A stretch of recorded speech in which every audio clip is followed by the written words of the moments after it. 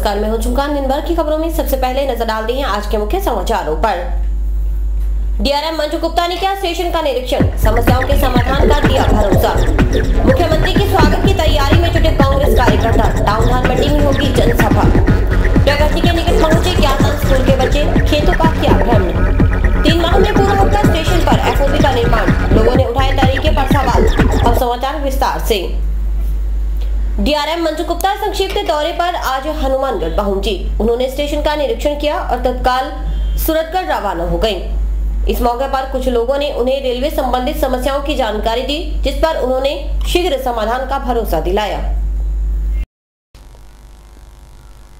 उत्तर पश्चिम railway की बीकानेर मंडल प्रबंधक मंजू गुप्ता संक्षिप्त दौरे पर हनुमानगढ़ पहुंची। डीआरएम ने रेलवे पटरियों का निरीक्षण किया। इसके बाद उन्होंने आनन फानन स्टेशन का निरीक्षण किया और अधिकारियों को निर्देश देने के बाद रवाना हो गयी।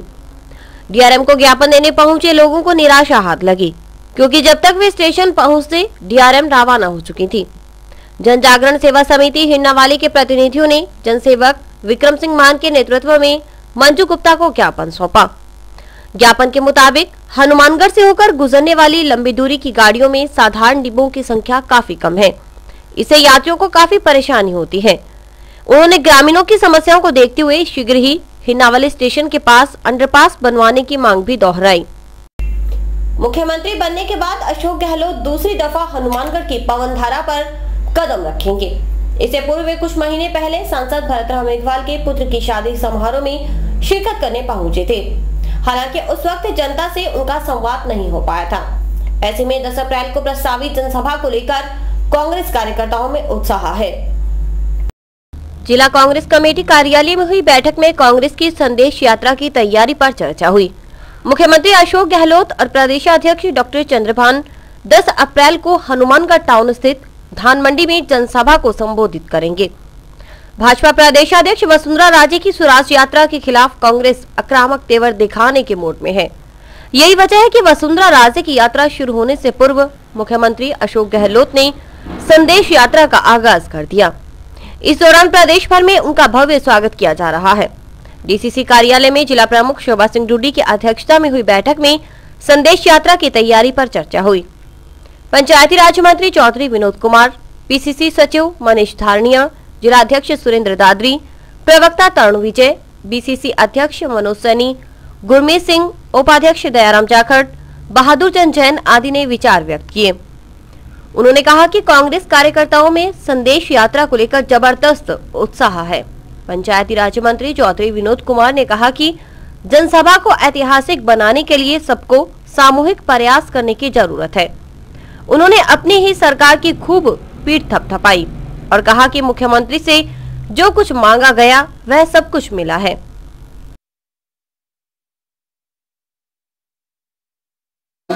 वो 9 तारीख को आएंगे तो गंगानगर होते हुए रात को स्टे गंगानगर है और 10 तारीख को वो वहाँ से सादुल शहर संग्रिया होते हुए हनुमानगढ़ शाम को 6 बजे मीटिंग है।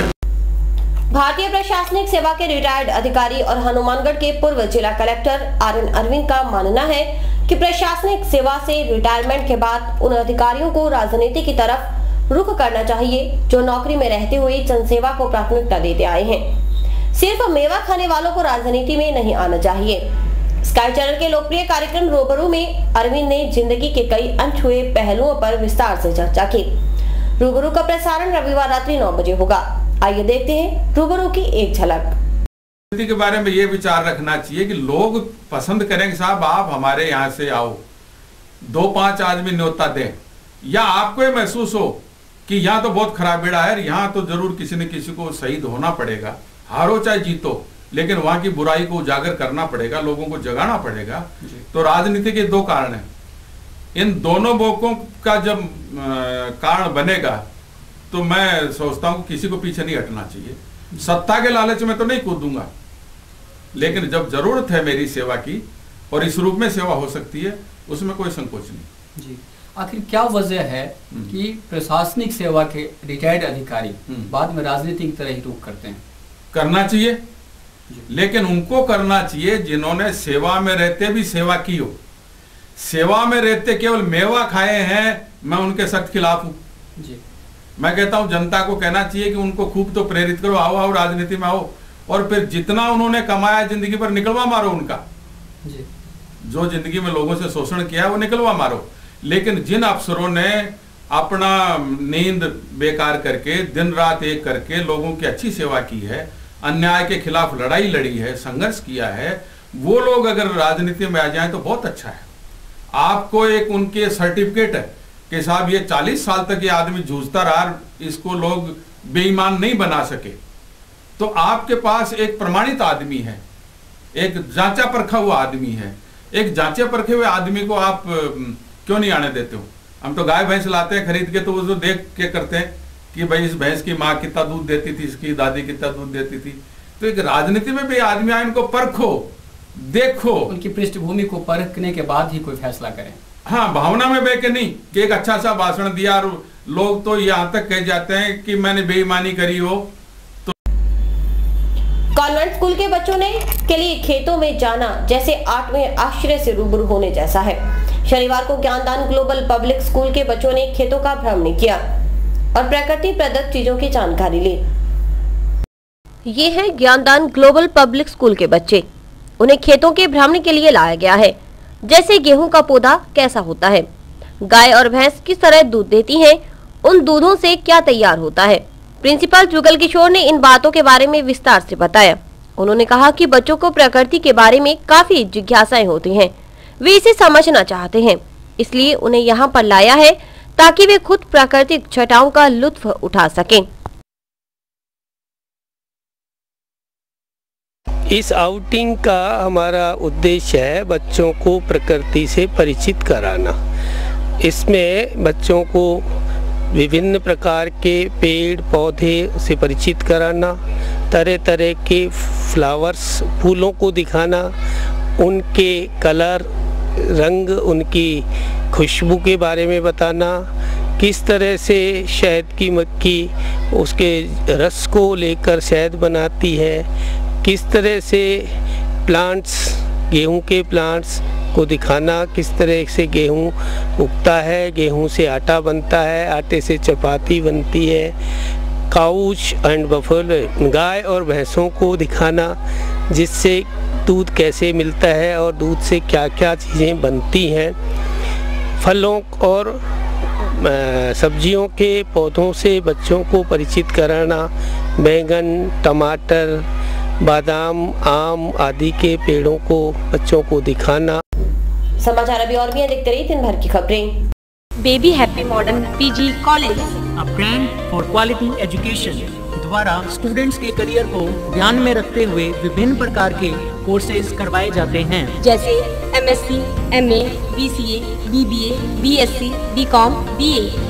कॉलेज में वेल क्वालिफाइड लेक्चरर्स की कड़ी मेहनत से लगातार 3 वर्षों से स्टूडेंट्स ने महाराजा गंगा सिंह विश्वविद्यालय की मेरिट लिस्ट में अपना नाम लाकर शिक्षा के क्षेत्र में एक नया रिकॉर्ड कायम किया। हाय, आई एम नूरजहां, मैं बीबीए की स्टूडेंट हूं। मैंने बीबीए फर्स्ट ईयर में यूनिवर्सिटी में 3rd रैंक प्राप्त किया था। इसका सारा श्रेय मैं अपने मैनेजमेंट और स्टाफ को देना चाहूँगी, जिन्होंने यहाँ पर मुझे इतनी अच्छी फैसिलिटीज़ प्रोवाइड करवा। Simranjeet Kaur, first year I scored 80% marks, and for this I would like to thank for Baby Happy Modern PG College.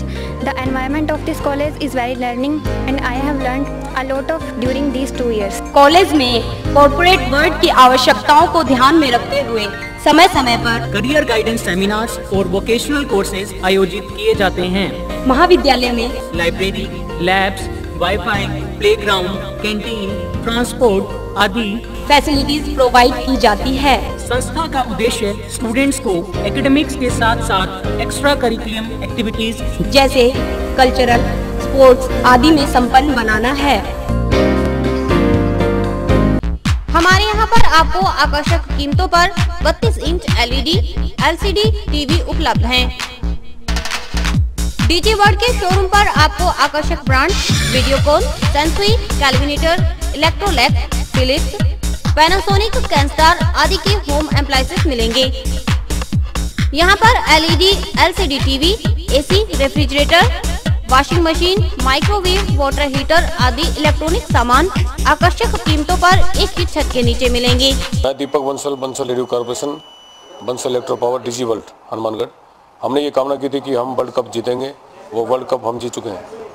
और मैं आपसे ये निवेदन करता हूँ कि ज़िले का सर्वप्रथम डिजी वर्ल्ड पर हर बढ़िया से बढ़िया वर्ल्ड की कंपनियाँ जो एसी एलसीडियाँ और वॉशिंग मशीनें, माइक्रोवन, होम अप्लाइंस जो भी रखते हैं, आप हमें सेवा का मौका देवें उचित मूल्य पर और फुल गारंटी पर आपको इलेक्ट्रॉनिक्स उत्पादन यहाँ प्राप्त होंगे। जय हिंद, वंदे मातरम। संपर्क करें DG world, town junction road, Vijay cinema के सामने, हनुमानगढ़ टाउन।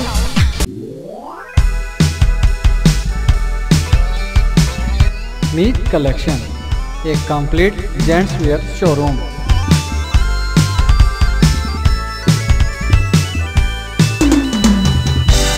जहां पर आपको जेंट्स वेयर में readymade garments, imported shoes, chappal आदि की भरपूर वैरायटी मिलेगी। वैरायटी ऐसी जो आपको देखते ही मन भा जाए, रेट ऐसे जो आपको पसंद आ जाए। यदि आप कम कीमत में अच्छी वैरायटी खरीदना चाहते हैं तो तुरंत संपर्क करें। हमारा पता है मीत कलेक्शन, खोसा कॉम्प्लेक्स, नज़दीक श्री राम मार्केट, हनुमानगढ़ जंक्शन।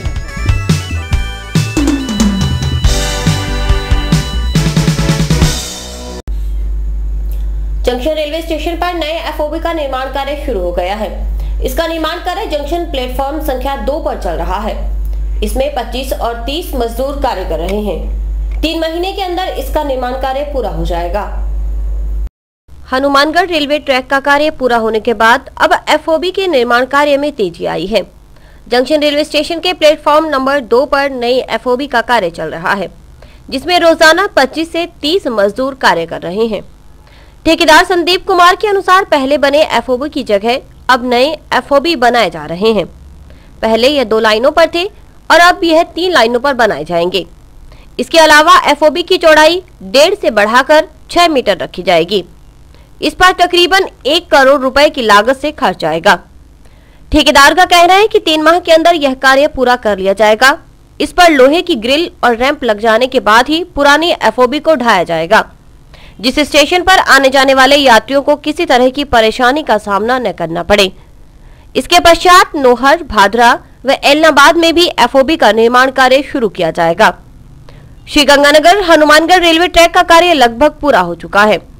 इसके अलावा जंक्शन रेलवे स्टेशन पर आरआई कंट्रोलिंग भवन, टाउन रेलवे स्टेशन की बिल्डिंग, घग्गर का रेलवे पुल सहित ब्रॉडगेज लाइन बनाने सहित कई कार्य शामिल हैं। दूसरी तरफ लोग एफओबी निर्माण के तरीके पर सवाल उठा रहे हैं। उनका कहना है कि इसमें यात्रियों की सुविधाओं की अनदेखी की जा रही है। कि आने वाले समय में मतलब किसी के पास लगेज है वो कैसे लेकर के जाएगा, देखो। और जो इनका लोडिंग अनलोडिंग का जो काम है वो कैसे होगा, वो सामान एक प्लेटफार्म से दूसरे प्लेटफार्म तक कैसे आएगा।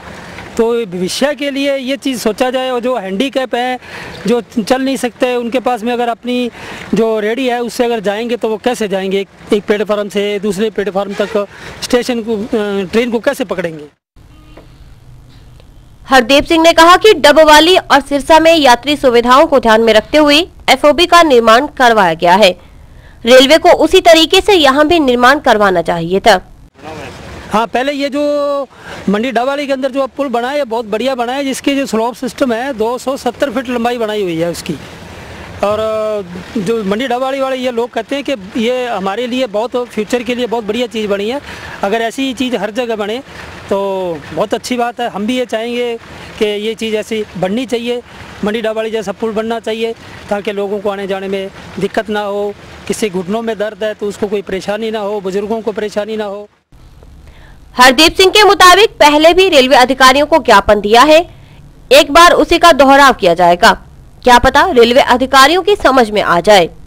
हमने मेमोरेंडम दिया है, लेटर वगैरह दिए हैं, कई बार कहा है, तो कहते हैं ठीक है जी, इस पर विचार करेंगे। अब देखो क्या होता है। अब डीआरएम साहब आए हुए हैं, आज उनसे मिलेंगे। अगर वो हमारी बात को मानेंगे तो उनका धन्यवाद होगा। भाजपा का स्थापना दिवस शनिवार को मनाया गया। टाउन स्थित एकलव्य आश्रम में कार्यकर्ताओं ने बच्चों को फल बांटे और पार्टी की नीतियों को अपनाने का संकल्प लिया। जनसंघ से भाजपा तक का सफर करने वाले कार्यकर्ता शनिवार को उत्साहित नजर आए। मौका था पार्टी के स्थापना दिवस का। टाउन में देहात मंडल की ओर से आयोजित कार्यक्रम में भाजपा कार्यकर्ताओं ने कहा कि पार्टी की स्थापना जिन मूल्यों और विचारधाराओं को लेकर हुई, उन पर खरा उतरने का वक्त आ गया है। उन्होंने माना कि वक्त के साथ पार्टी में कुछ बदलाव हुए, लेकिन दूसरी पार्टियों से बेहतर दिखने के लिए कार्यकर्ताओं को सही दिशा और स्पष्ट नीति का अनुसरण करना ही होगा। देहात मंडल अध्यक्ष भागीरथ सुथार, जिला उपाध्यक्ष भीम सिंह राघव, भारतीय जनता युवा मोर्चा के जिला अध्यक्ष देवेंद्र पारिक आदि ने भी विचार व्यक्त किए। जनता पार्टी की स्थापना 6 अप्रैल 1980 को हुई थी। इससे पहले इस पार्टी का नाम भारतीय जनसंघ था। साथियों, इस पार्टी का उद्देश्य देश और समाज की सेवा करना और राष्ट्र को परम वैभव पर ले जाना है। अपनी मांगों को लेकर राजस्थान नर्सेज एसोसिएशन के बैनर तले नर्सेज स्टाफ लगातार तीसरे दिन राजकीय अस्पताल के सामने 2 घंटे के लिए क्रमिक धरने पर बैठे। उन्होंने मांगे पूरी नहीं होने पर 11 अप्रैल को हड़ताल करने की चेतावनी दी। नर्सेज स्टाफ का क्रमिक धरना शनिवार को जारी रहा। राजकीय अस्पताल परिसर में नर्सेज कर्मियों ने कहा कि सरकार उनकी मांगों की अनदेखी कर रही है। जिलाध्यक्ष गुगन राम सहारन, उपाध्यक्ष बलतेज सिंह भराट, कोषाध्यक्ष सुनील बहल, संयोजक जितेंद्र खैरवा व सतीश शर्मा आदि ने कहा कि अगर सरकार ने उनकी मांगे नहीं मानी तो वे 11 अप्रैल से हड़ताल करने के लिए बाध्य होंगे। उन्होंने कहा कि पीएमओ के माध्यम से सरकार को ज्ञापन भिजवाया जा चुका है। कि सरकार ने हमारी मांगे नहीं मानी तो हम 11 तारीख को पूरे राजस्थान में हड़ताल पर जाएंगे और ये आज का जो विज्ञापन है ये हम पीएमओ के माध्यम से, जिला कलेक्टर के माध्यम से मुख्यमंत्री तक पहुंचा रहे हैं। सरकार से हमारा निवेदन है कि वो हमारी मांगों को, जायज मांगों को मान ले। दूसरी तरफ आयुर्वेद अस्पताल में भी चिकित्सा कर्मियों का विरोध जारी है। वे बाहों पर काली पट्टी बांधकर मरीजों का उपचार कर रहे हैं। उनका कहना है कि अगर सरकार ने वेतन विसंगतियों को दूर नहीं किया तो वे भी हड़ताल करने में नहीं हिचकिचाएंगे। और अभी वक्त है हेडलाइंस का।